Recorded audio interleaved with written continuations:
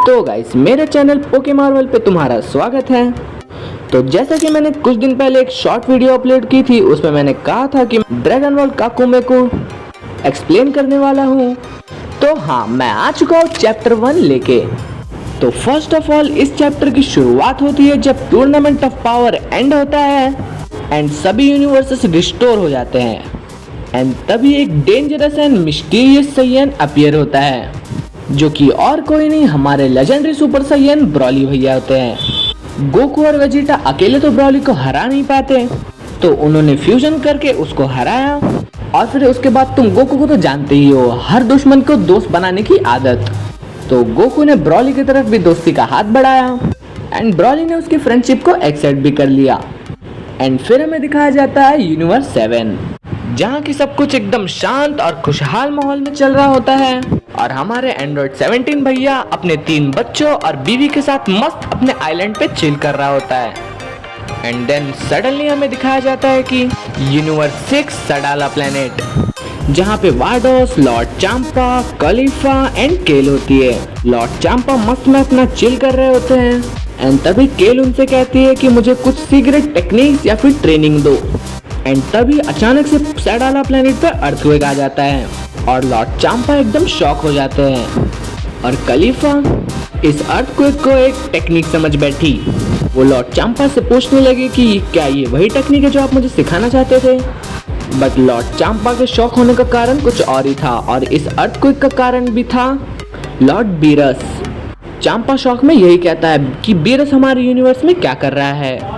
और तभी कलीफा केल से कहती है कि रेडी हो जाओ केल, बीरस यहाँ आया है तो इसका मतलब वो गोकू भी आया होगा, हमारे बदला लेने का वक्त आ गया है।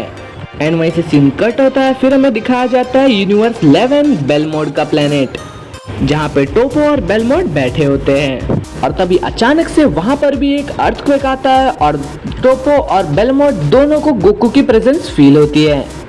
और यूनिवर्स 11 की एंजल कहती है कि ऐसा लग रहा है कि गोकू हमारे बहुत ज़्यादा पास में है।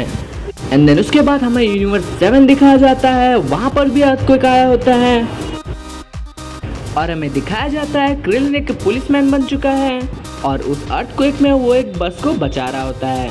वो सभी को कहता है कि कोई पैनिक ना होए और एक एक करके बस से बाहर आओ। और फिर क्रिलिन कहता है कि गोकू, ये तुम्हारी पावर की खोज तुम्हें बहुत ज़्यादा आकर लेके चली गई है, तुम हम सभी से बहुत दूर जा चुके हो। एंड तभी सीन शिफ्ट होता है एंड देन उसके बाद हमें पता चलता है ये सभी भूकंप क्यों आ रहे थे, क्योंकि गोकू और बीरस फाइट कर रहे हैं वापस से। और तभी सुप्रीम काय अपने उस ऑर्ब से वीस को कांटेक्ट करता है और कहता है कि मैं आपको तकलीफ देने के लिए माफ़ी चाहता हूँ, बट आप क्या मुझे बता सकते हैं हमारा पूरा यूनिवर्स क्यों शेक हो रहा है। और मुझे गोकू और लॉर्ड बीरस का ऑरा बहुत स्ट्रॉन्ग फील हो रहा है। और इसके बाद वीस थोड़ा सा हंसता है और कहता है कि तुम खुद देख लो कि क्या हो रहा है। और इनकी फाइट इतनी खतरनाक चल रही होती है कि ये सिर्फ अपने अटैक से ही अपने आसपास के प्लैनेट्स को डिस्ट्रॉय कर दे रहे हैं। एंड गोकू की पावर्स यहाँ पे बहुत ज़्यादा बढ़ चुकी है, क्योंकि वो लॉर्ड बीरस के अटैक्स को सरवाइव कर पा रहा है और काउंटर भी। और उसने एक इतना पावरफुल कामेहामेहा छोड़ा है कि बीरस कुछ सेकंड्स के लिए नॉकआउट भी हो गया था। और उस कामेहामेहा की वजह से बीरस गिया करके एक प्लेनेट है वहाँ पे जाके गिरता है। एंड उसके बाद बीरस गोकू का फेस पकड़ लेता है और वो उसके फेस पर ही हकाई छोड़ने वाला होता है और वैसे ही गोकू वहाँ से एस्केप कर जाता है। और उसके बाद बीरस गोकू का एक पैर पकड़ लेता है और उसे इतनी जोर से थ्रो करता है कि गोकू प्लेनेट टाको टाको पे जाके गिरता है। और वो इतनी जोर से गिरा था, उसका इम्पैक्ट इतना ज़्यादा था कि पूरी की पूरी एक सिटी डिस्ट्रॉय हो गई थी उसके बस गिरने से। और भाई गिरने के बाद गोकू की हालत तो बहुत ख़राब लग रही है। और तभी बीरस एक इतना बड़ा एनर्जी बॉल बनाता है उस प्लेनेट को डिस्ट्रॉय करने के लिए। वैसे ही गोकू उसे देख लेता है और कहता है कि तुम एक प्लेनेट को क्यों डिस्ट्रॉय कर रहे हो, सिर्फ हमारी फाइट के लिए। और गोकू के बाजू में एक बच्चा खड़ा होता है, गोकू उससे कहता है कि जल्दी यहाँ से निकलो। और गोकू जैसे ही फ्लाई करता है वहाँ से निकलने के लिए, वो बच्चा उसके पैर पकड़ के उसी पे लटक जाता है और वो एनर्जी बॉल उस प्लेनेट से 100 गुना बड़ा होगा। और गोकू उस अटैक को एस्केप नहीं कर पाता है, वो सीधा गोकू को जाकर लगती है तभी सीन शिफ्ट होता है और व्हीस कहता है कि गोकू बीरस के साथ आधे घंटे से लड़ रहा है और वो अभी भी जिंदा है। ये अर्थलिंग कमाल का है और वो कहता है कि मुझे बहुत ही बैड फीलिंग आ रही है, क्या मुझे उन्हें ज्वाइन करना चाहिए। और फिर वहाँ से सीन शिफ्ट होता है जहाँ हमें अर्थ दिखाया जाता है, जहाँ पे अर्थक्वेक स्टॉप हो चुका होता है और अर्थ की हालत अर्थक्वेक के बाद कुछ अच्छी नहीं लग रही है। पीछे तुम देख सकते हो सब टूटा फूटा है और चीची और विडाल बाहर खाना बना रहे होते हैं और चीची बहुत ही गुस्से में होती है और वो कहती है गोकू तुम जल्दी आना। और विडाल कहती है आप चिंता मत कीजिए, वो जल्दी ही आ जाएंगे, वो ज़्यादा देर नहीं लगाएंगे। गोहान भी उन्हें देखने के लिए उतावला है और फिर पिक्लो कहता है कि गोकू की ट्रेनिंग अब तक खत्म हो जानी चाहिए और वो वापस आता ही होगा। और फिर वो गोहान से कहता है तुम्हारे फादर जल्दी आने वाले हैं। और फिर गोहान कहता है यस, अगर ट्रेनिंग की बात की जाए तो मुझे भी वापस लौट जाना चाहिए अपनी ट्रेनिंग पे, पता नहीं कब क्या हो सकता है। और पिक्लो कहता है कि मुझे ये सुनकर बहुत अच्छा लगा कि तुम्हें भी तुम्हारे अर्थ के लोगों की चिंता है और तुम उन्हें डिफेंड करना चाहते हो, बट तुम्हारी स्टडीज़ का क्या। और फिर गोहान कहता है कि मैं उसमें कॉम्प्रोमाइज़ कर लूँगा, टेंशन ना लो। और फिर हमें दिखाया जाता है प्लेनेट फिसिन, जहाँ पे अर्थ के मुकाबले 2000 गुना ज़्यादा ग्रेविटी है और वहाँ पे कौन ही हो सकता है, हमारे वेजिटा भाई।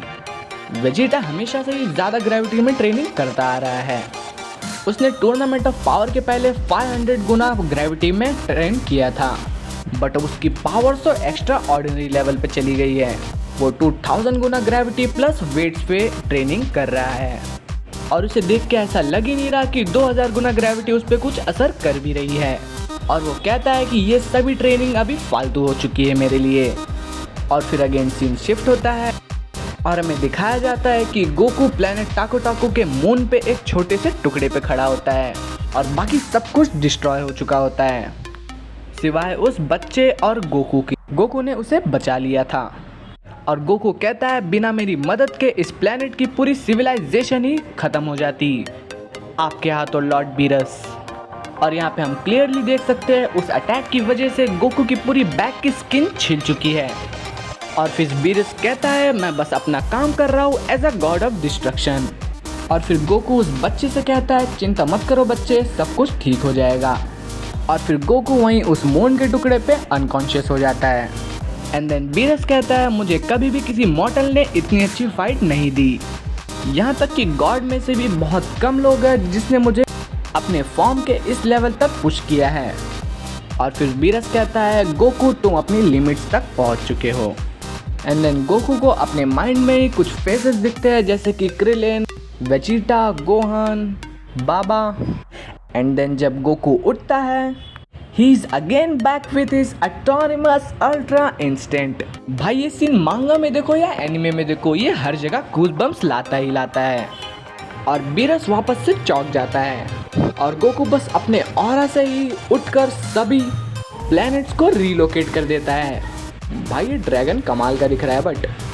एंड देन बीरस अपना ट्रू फॉर्म अनलॉक करता है और वो गोकू के कंधे पे हाथ रख के कहता है कि मैं बहुत ही मुश्किल से याद कर पा रहा हूँ मैंने कब इन दो पावर्स को कंबाइन किया था।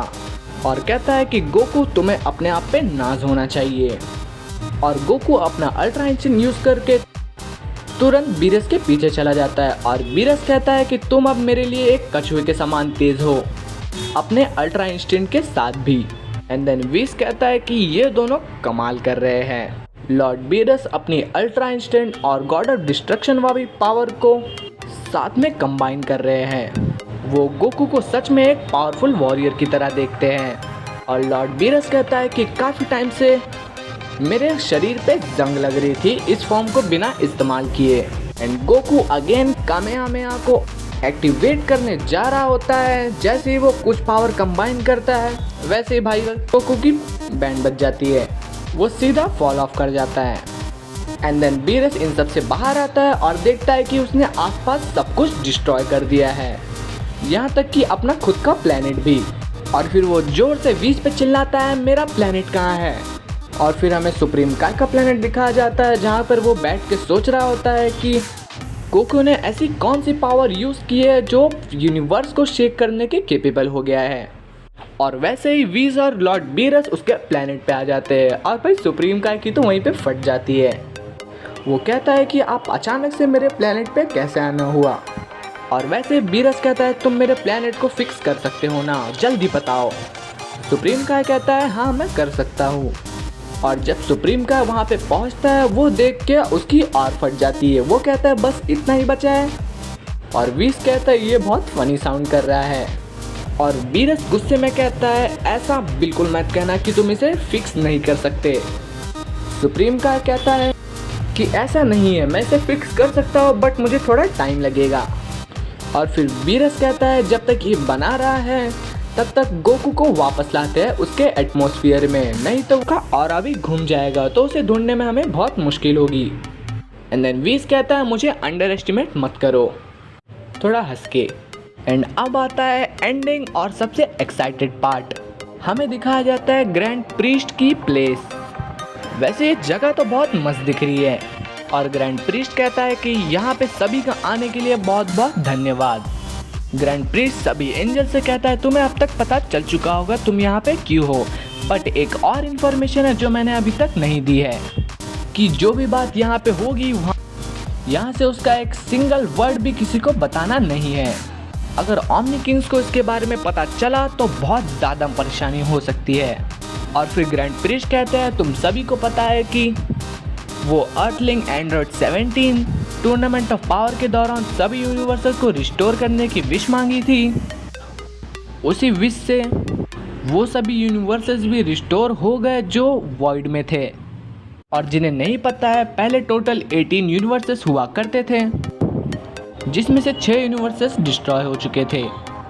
बट यहाँ पे एक और ट्विस्ट आता है जहाँ पे एक एंजल कहता है ग्रैंड प्रीस्ट से कि 7 यूनिवर्सेस कहाँ से आ गए, डिस्ट्रॉय तो सिर्फ 6 यूनिवर्सेस हुए थे। एंड देन ग्रैंड प्रीस्ट कहता है मैंने तुम्हें कभी वो चीज़ मेंशन नहीं की। एक और यूनिवर्स था 19th यूनिवर्स करके जिसको हम जीरो यूनिवर्स भी कहते थे। एंड तभी एक मिस्टीरियस सी वॉइस आती है जो कहती है जिसको तुम अपना बाप बुलाते हो वो बस एक डरपोक है जो अपने पास्ट से डरता है। एंड तभी माहितो नाम का एंजल कहता है तुम होती कौन हो हमारे फादर को जज करने वाली।